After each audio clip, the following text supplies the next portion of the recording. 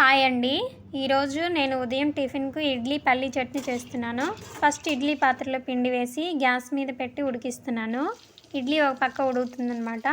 మరొక పక్క చట్నీ రెడీ చేస్తున్నాను. ఫస్ట్ పల్లీలు వేయించుకొని పక్కకు పెట్టుకున్నాను.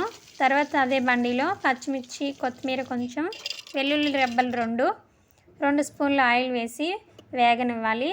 తర్వాత వేగాక అందులో ఉల్లిపాయలను 4 భాగాలుగా కట్ చేసి వేసుకొని ఒక మంట తగిలాక దించేసాను.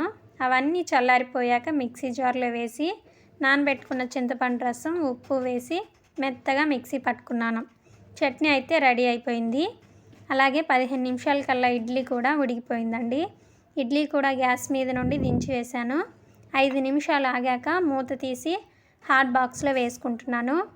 ఇడ్లీ అయితే చాలా సాఫ్ట్గా వచ్చాయండి. అంతేనండి, ఇడ్లీ చట్నీ రెడీ అయిపోయాయి. రండి తిందాం.